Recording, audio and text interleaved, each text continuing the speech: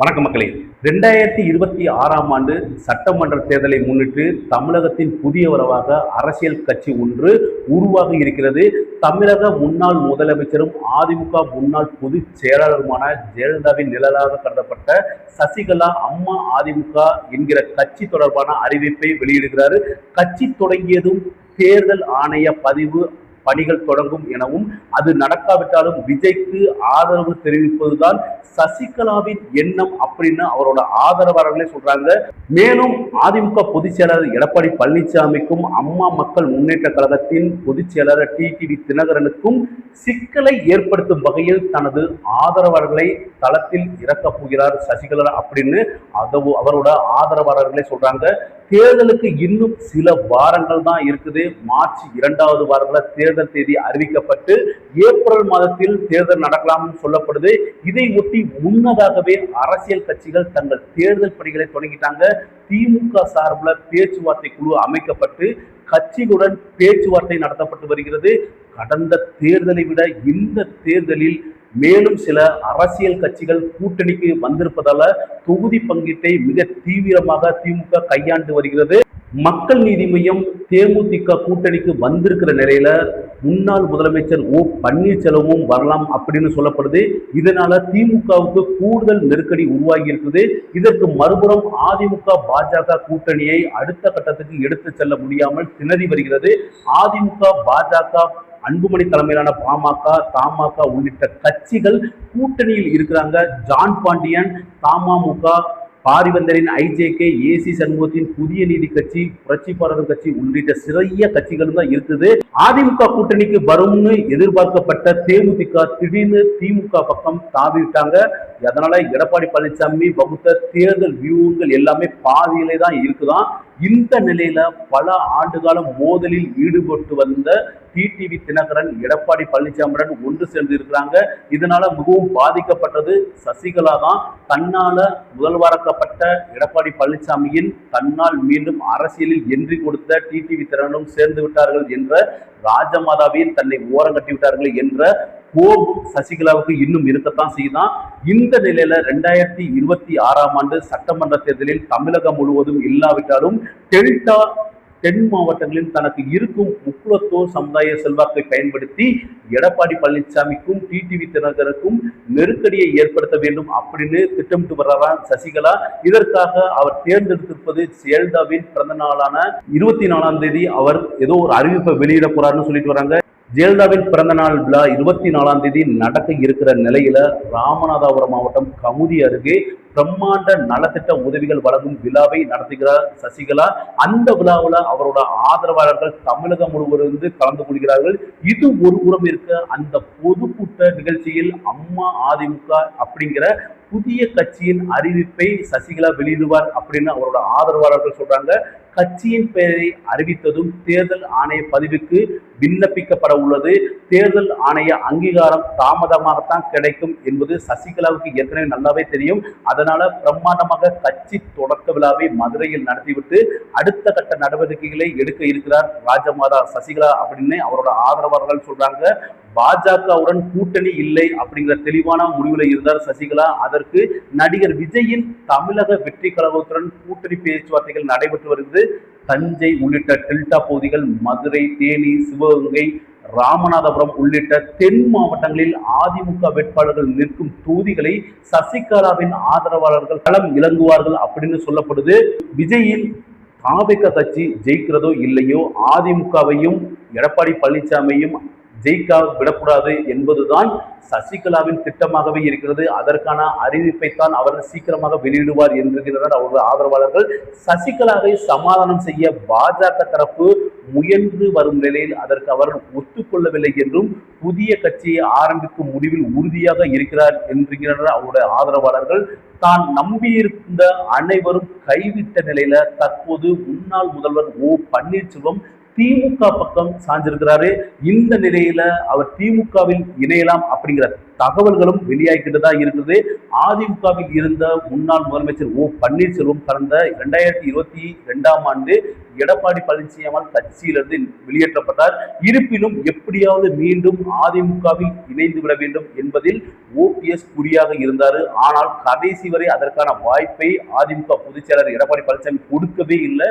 அப்படி இருக்கையில பாஜக உதவியுடன் தனது நோக்கத்தை நிறைவேற்றிவிட வேண்டும் அப்படின்னு ஓபிஎஸ் எவ்வளவோ திட்டம் போட்டாரு. அதிமுக தொண்டர்கள் உரிமை மீட்பு குழு அப்படிங்கிறத ஒரு இயக்கத்தை தொடங்கி ஓபிஎஸ் விரைவில் தனிமைப்படுத்தப்பட்டாரு. அவருடன் டிடியும் கிடையாது, சசிகலாவும் இல்ல, முன்னாள் அமைச்சர் வைத்தியலிங்கம், மனோஜ் பாண்டியன், மருது அழகுராஜ், ஜேசிடி பிரபாகர் உள்ளிட்ட முக்கிய தலைவர்களும் ஓபிஎஸ் கூட இருந்தாங்க. ஆனா சட்டமன்ற தேர்தல் நிலங்க களம் மாறிக்கிட்டே தான் இருந்துச்சு. பாஜக கூட்டணியை கடுமையாக எதிர்த்த எடப்பாடி பழனிசாமி கடைசியில அக்கட்சியுடன் கூட்டணியை வச்சுக்கிட்டாரு. எடப்பாடி கட்சிக்கு வந்தது பின்னர் ஓபிஎஸ் பெரிதாக பாஜக கண்டுக்கிடவே இல்லை. இருப்பினும் தை பிறந்தால் வழி பிறக்கும் அப்படிங்கிற நம்பிக்கையோட இருந்தார் ஓபிஎஸ்.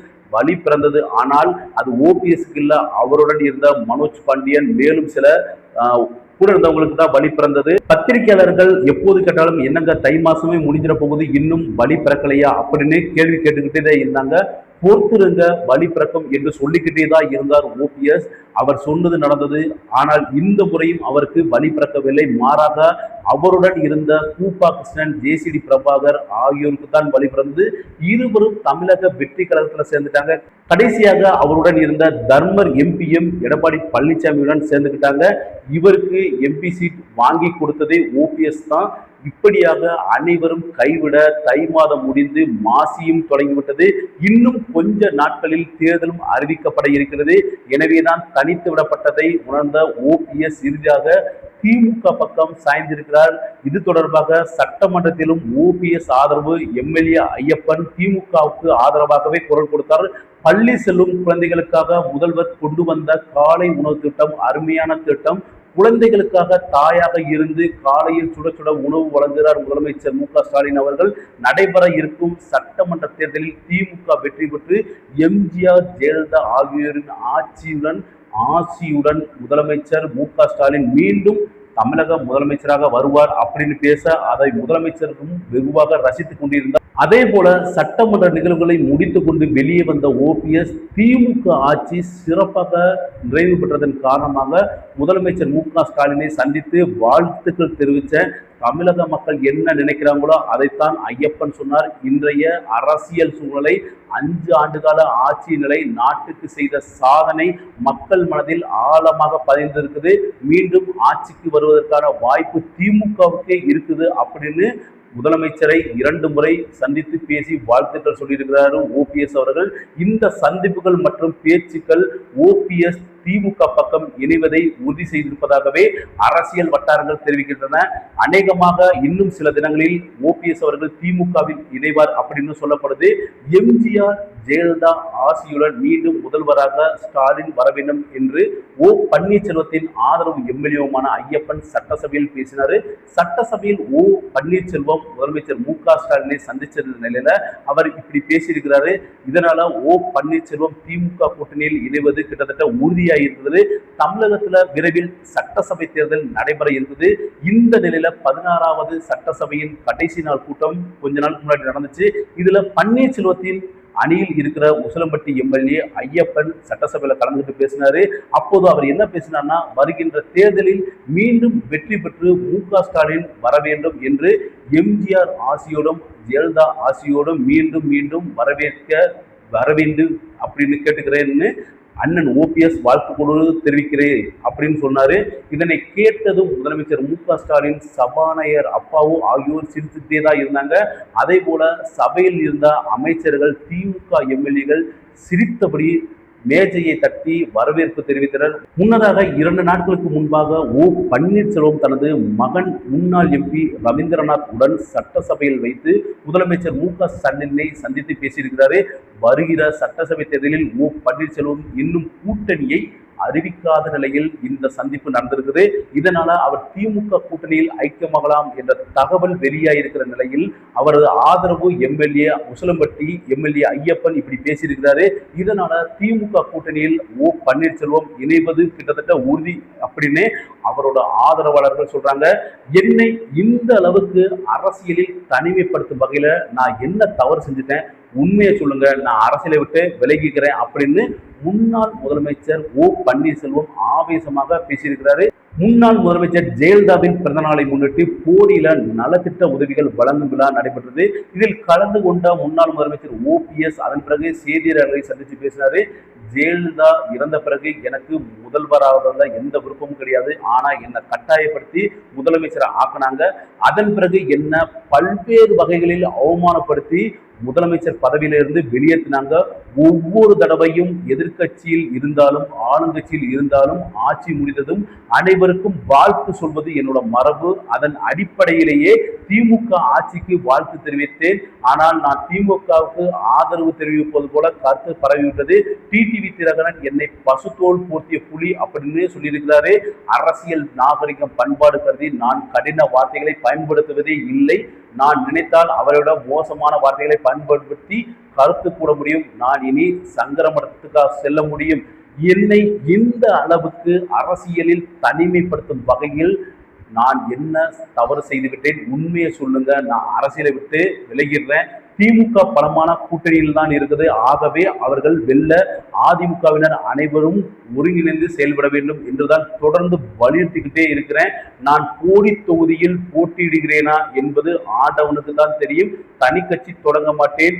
எம்ஜிஆர் ஜெயலலிதா ஆட்சி அமைய கண்டிப்பாக கடைசி வரை தர்ம யுத்தம் நடத்துவேன் அப்படின்னு ஓபிஎஸ் பத்திரிகையாளர்களை சந்தித்து பேசியிருக்கிறாரு. சசிகலா ஒரு பக்கம் புதிய கட்சியை ஒன்றை ஆரம்பித்திருக்கிறார். கட்சியிலிருந்து விலக்கப்பட்ட அதாவது நீக்கப்பட்ட ஓபிஎஸ் திமுக கூட்டணியில் இடம்பெறுவது கிட்டத்தட்ட உறுதியாக இருக்கிற நிலையில இன்னைக்கு போடியில நடந்த விழாவுல இப்படி பேசியிருக்கிறாரு.